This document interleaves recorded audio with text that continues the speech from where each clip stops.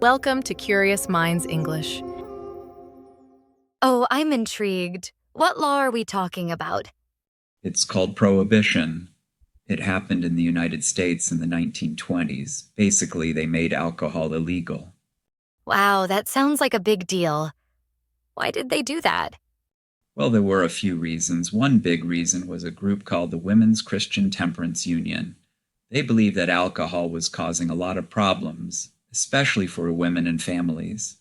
They thought men were spending too much money on alcohol and becoming violent. So they thought if they banned alcohol, families would be happier and safer? That was the idea.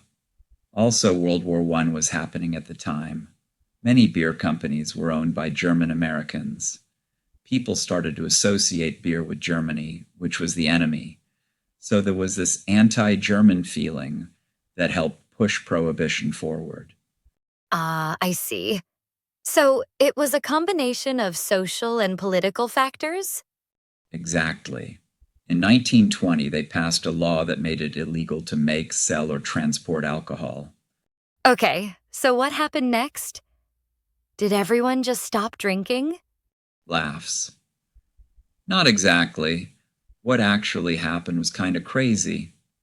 Instead of stopping, people found ways around the law. Secret bars called speakeasies popped up everywhere. Speakeasies? That sounds like something out of a movie. It was. In New York City, there were way more bars after Prohibition than before. People were finding ways to drink, and organized crime got involved. Organized crime? How?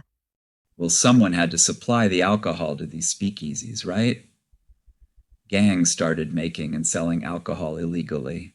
They made a lot of money, and they became very powerful. One of the most famous gangsters from that time was Al Capone. I've heard of him. So, Prohibition actually helped gangsters become rich and powerful? Sadly, yes. And because the alcohol was made illegally, it wasn't safe. Sometimes people got sick or even died from drinking it. The government even tried to poison the alcohol to stop people from drinking it, which made things even worse. That sounds terrible.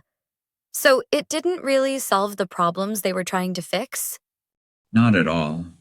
It created new problems.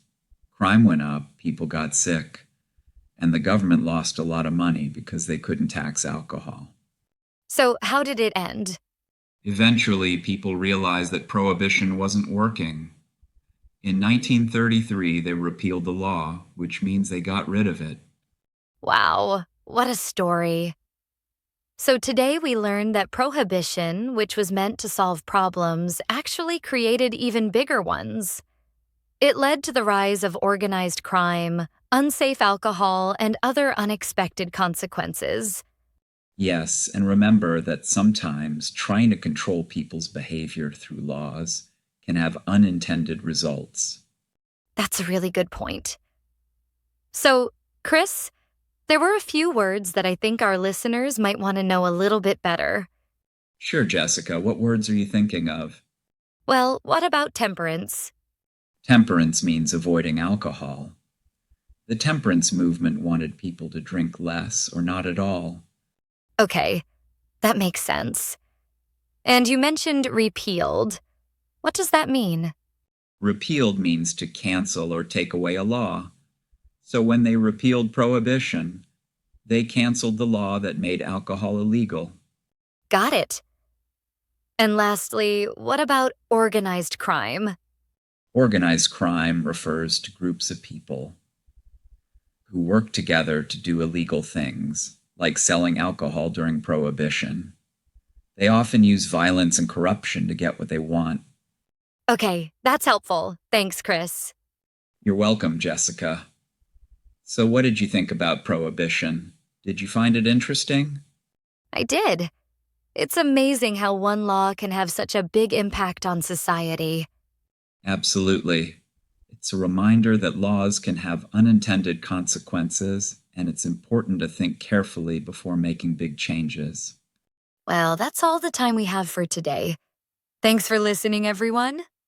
Yes, thank you. If you enjoyed this episode, please like, subscribe, and share it with your friends.